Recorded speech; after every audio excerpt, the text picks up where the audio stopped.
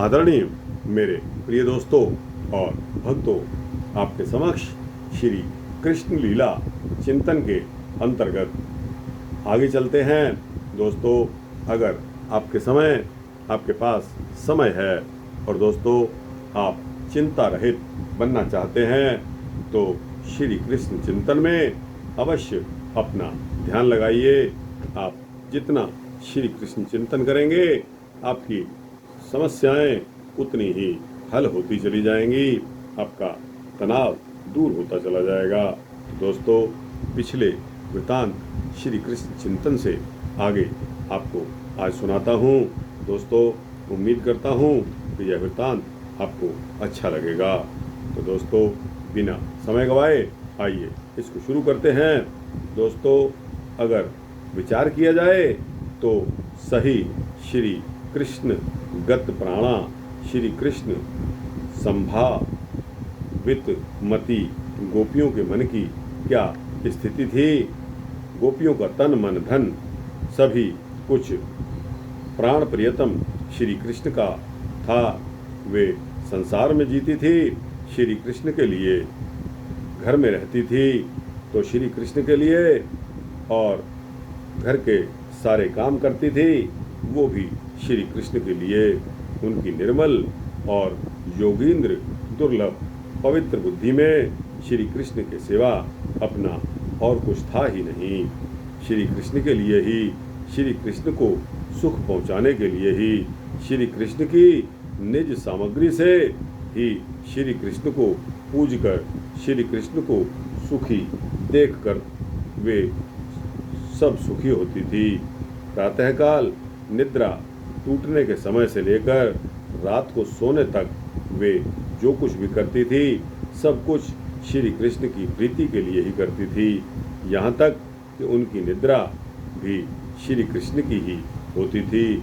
स्वप्न और सुषुप्ति दोनों में ही वे श्री कृष्ण की मधुर और शांत लीला देखती थी और उसका अनुभव करती थी। रात को दही जमाते समय श्याम सुंदर की माधुरी छवि का ध्यान करती हुई प्रेममयी प्रत्येक गोपी यह अभिलाषा करती थी कि मेरा दही सबसे सुंदर जमे। श्री कृष्ण के लिए उसे बिलोकर मैं बढ़िया सा और बहुत सा मक्खन निकालकर और उसे उतने ही ऊंचे छींकों पर रखूंगी जितने पर श्री कृष्ण के हाथ आसानी से पहुंच सकें। फिर मेरे प्राणधन श्री कृष्ण अपने सखाओं को साथ लेकर हंसते और क्रीड़ा करते हुए घर में पदार्पण करें, माखन लूटें और अपनी सखाओं और बंदरों को लुटाएं। आनंद में उन्मुक्त होकर मेरे आंगन में नाचें और मैं किसी कोने में छिपकर इस लीला को अपनी आंखों से देखकर जीवन को सफल बनाऊं और फिर अचानक ही पकड़कर हृदय से लगा लूं। सूरदास जी ने कहा है, मैया री मोहे माखन भावै, जो मेवा पकवान कहत तू मोहे नहीं रुचि आवे। ब्रज युवती एक पाछे ठाड़ी, सुनत श्याम की बात मन मन कहत कबहूँ अपने घर देखो माखन खात। बैठे जाए मथनिया के ढिंगा, मैं तब रहूं छपानी। सूरदास प्रभु अंतर्जामी, ग्वालिन मन की जानी।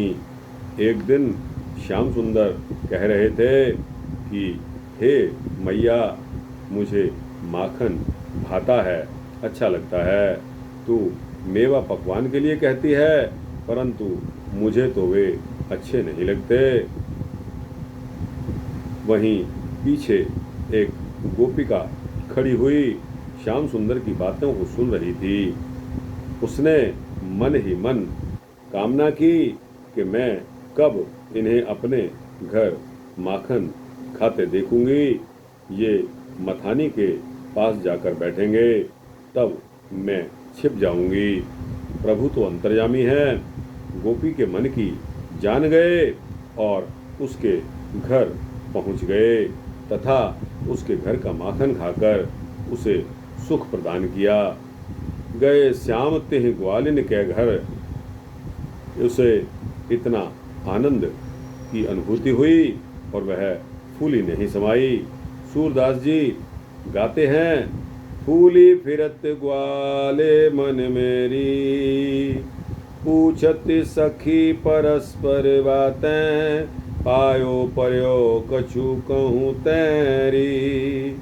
फूली फिरत ग्वाली मन मेरी, फूली फिरत ग्वाली मन मेरी, पूछत सखी परस्पर बातें, आयो पर्यो कछु कहूँ तैरी। पुलकित रोम रोम गद गद मुख, बानी कहत न आवे, ऐसो कहा आहि सो सखिरी, हमको क्यों न सुनावे। पुलकित रोम रोम गद गद मुख, बानी कहत न आवे, ऐसो कहा आहि सो सखिरी, हमको क्यों ना सुनावे।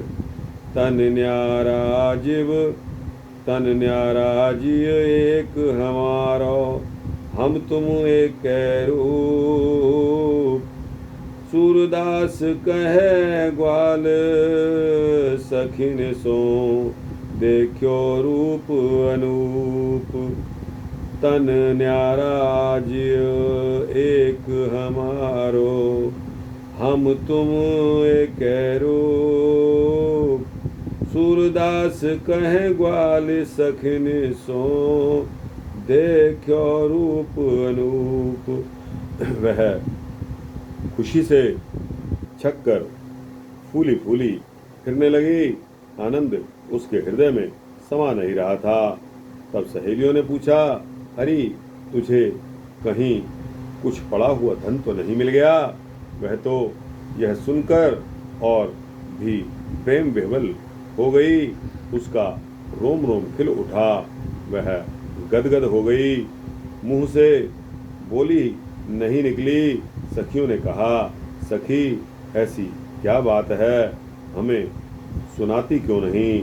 हमारे तो शरीर ही दो हैं, हमारा जी तो एक ही है, हम तुम दोनों एक ही रूप हैं, भला हमसे छिपाने की कौन सी बात है?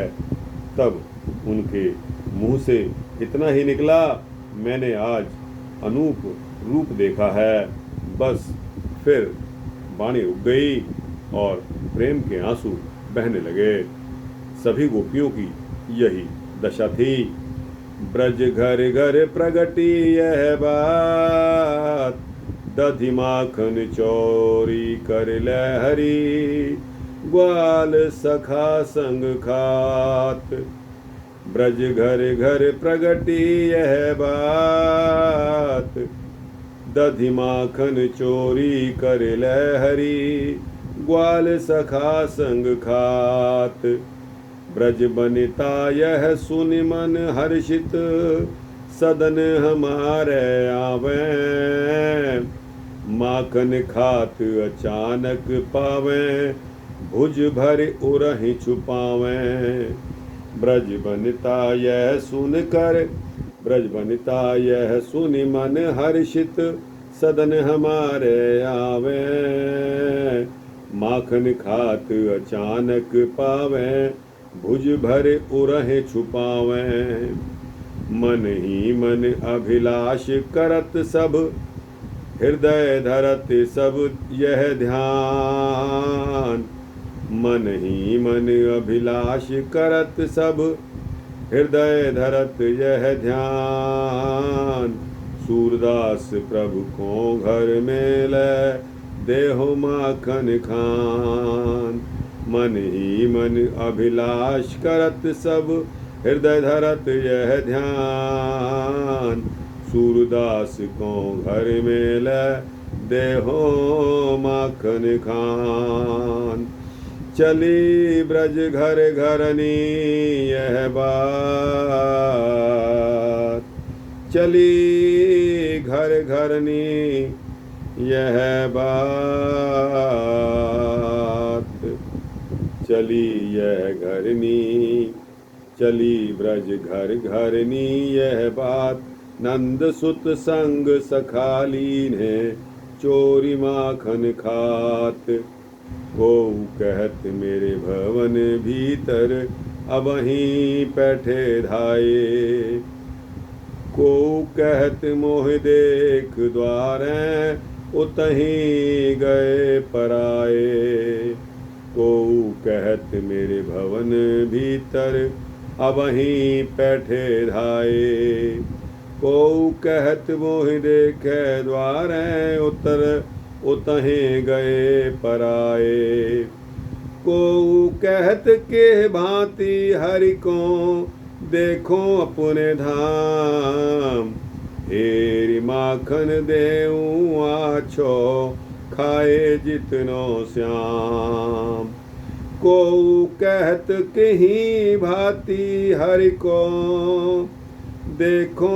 अपने धाम, हेरि माखन देऊं आछो खाई जितनो श्याम, को कहत मैं देख पाऊं भर धरो अंकवार, को कहत मैं बांध राखों को सके निर्वार, सूर प्रभु के मिलन कारण करत विविध विचार, जोरी कर विधि को मनावत पुरुष नंद कुमार, सूर प्रभु के मिलन कारण करते विविध विचार, जोरी कर विधि को मनावत पुरुष नंद कुमार।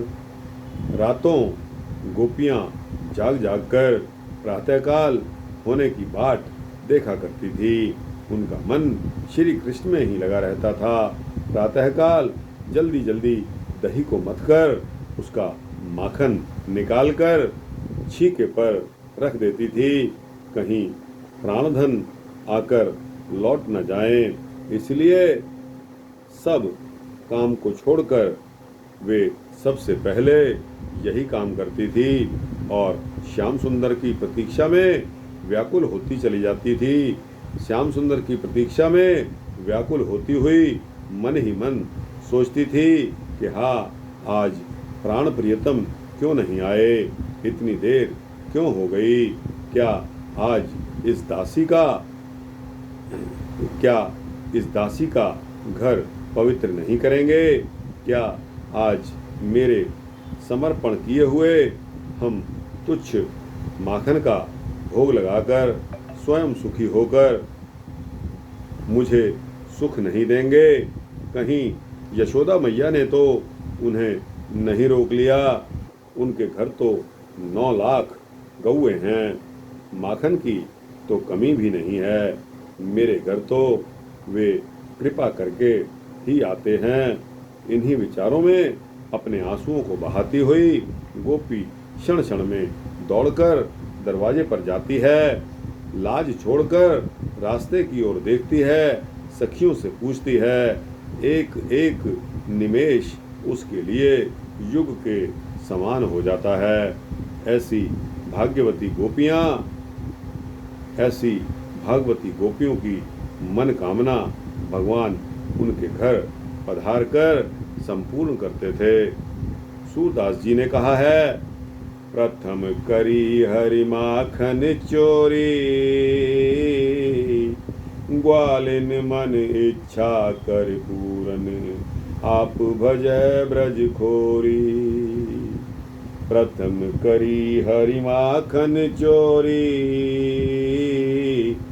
ग्वालिन मन इच्छा कर पूरन, आप भजै ब्रज खोरी।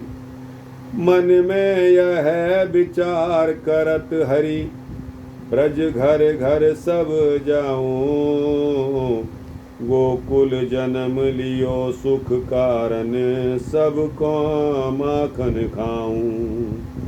मन में यह विचार करत हरि, ब्रज घर घर जाऊं, गोकुल जन्म लियो सुख कारण, सबके माखन खाऊं। बाल रूप जस मति मोहि जाने, गोपिन मिल सुख भोग। बाल रूप जस मत मोहि जाने, गोपिन मिल सुख भोग। सूरदास प्रभु कहत प्रेम सो, ये मेरे ब्रज लोग। बाल रूप जसु मति मोह जाने, गोपिन मिले सुख भोग। सूरदास प्रभु कहत प्रेम सो, ये मेरे ब्रज लोग। अपने निज जनों यानी कि ब्रजवासियों को सुखी देखने के लिए भगवान गोकुल में पधारे थे। माखन तो नंद बाबा के घर पर कोई कमी नहीं थी, लाखों गौएं थी, वे चाहे जितना खाते लुटाते, परंतु वे तो केवल नंद बाबा के ही नहीं सभी ब्रजवासियों के अपने थे, सभी को सुख देना चाहते थे। गोपियों की लालसा पूरी करने के लिए ही वे उनके घरों में जाते थे और चुरा चुरा कर माखन खाते थे। यह वास्तव में चोरी नहीं थी, यह तो गोपियों की पूजा पद्धति का भगवान के द्वारा स्वीकार था। भक्तवत्सल भगवान भक्त की पूजा स्वीकार कैसे नहीं करेंगे। भगवान की इस दिव्य लीला यानी कि माखन चोरी का रहस्य ना जानने के कारण ही लोग इसे आदर्श के विपरीत बतला देते हैं। पहले उन्हें समझना चाहिए चोरी क्या वस्तु है, वह किसकी होती है और कौन करता है। चोरी उसे कहते हैं जब किसी दूसरों की किसी वस्तु चीज़ उसकी इच्छा के विरुद्ध उसके अनजाने में और आगे भी वह न जान पाए ऐसी इच्छा मन में धारण कर वह वस्तु ले ली जाती है। भगवान श्री कृष्ण गोपियों के घर जाकर माखन ले लेते थे, उनकी इच्छा से, गोपियों के अनजाने में नहीं, उनकी जान में, उनके देखते देखते और आगे जानने की कोई बात ही नहीं, उनके सामने ही दौड़ते हुए निकल जाते थे।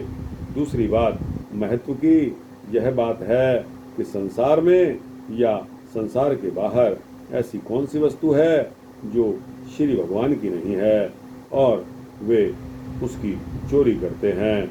गोपियों का तो सर्वस्व श्री भगवान का था ही, सारा जगत ही उनका है, वे भला किसकी चोरी कर सकते हैं या किसकी चोरी करेंगे। हाँ, चोर तो वास्तव में वे लोग हैं जो भगवान की वस्तु को अपना समझकर ममता आसक्ति में फंसे रहते हैं और दंड के पात्र बनते हैं। उपर्युक्त सभी दृष्टियों से यही सिद्ध होता है कि माखन चोरी नहीं थी, भगवान की दिव्य लीला थी। असल में गोपियों ने प्रेम की अधिकता से ही भगवान का प्रेम का नाम चोर रख दिया था, क्योंकि वे उनके चित्त चोर थे। जो लोग भगवान श्री कृष्ण को भगवान नहीं मानते, यद्यपि उसे श्रीमद् भागवत में वर्णित भगवान की लीला पर विचार करने का कोई अधिकार नहीं है, परंतु उनकी दृष्टि में भी इस प्रसंग में कोई आपत्तिजनक बात नहीं है। क्योंकि श्री कृष्ण उस समय लगभग 2-3 वर्ष के ही थे और गोपियां अत्यधिक स्नेह के कारण उनके ऐसे मधुर खेल देखना चाहती थी। आशा है इससे शंका करने वालों की शंका दूर होगी और उनको संतोष प्राप्त होगा। दोस्तों, यह मैं नहीं कह रहा, यह गीता प्रेस के कर्ता धर्ता, गीता प्रेस के कर्ता धर्ता कौन थे? श्री हनुमान प्रसाद पोद्दार। तो दोस्तों, यह उनके शब्द थे। दोस्तों, श्री कृष्ण चिंतन को आज यहीं समाप्त करते हैं। आगे जानने के लिए बने रहना। यह श्री कृष्ण चिंतन ही आपको मोक्ष का द्वार आपके समक्ष ले आएगा। दोस्तों, यह कोई मामूली बात नहीं है। उस परमपिता परमात्मा श्री कृष्ण की लीला जो कि अपरंपार है। दोस्तों, यह श्री कृष्ण लीला का चिंतन थोड़े समय का आपको कैसा लगा? अच्छा लगा हो तो इसको लाइक और शेयर करते हुए अपने दोस्तों, भक्तों, मित्रों, जिज्ञासुओं तक पहुंचाना।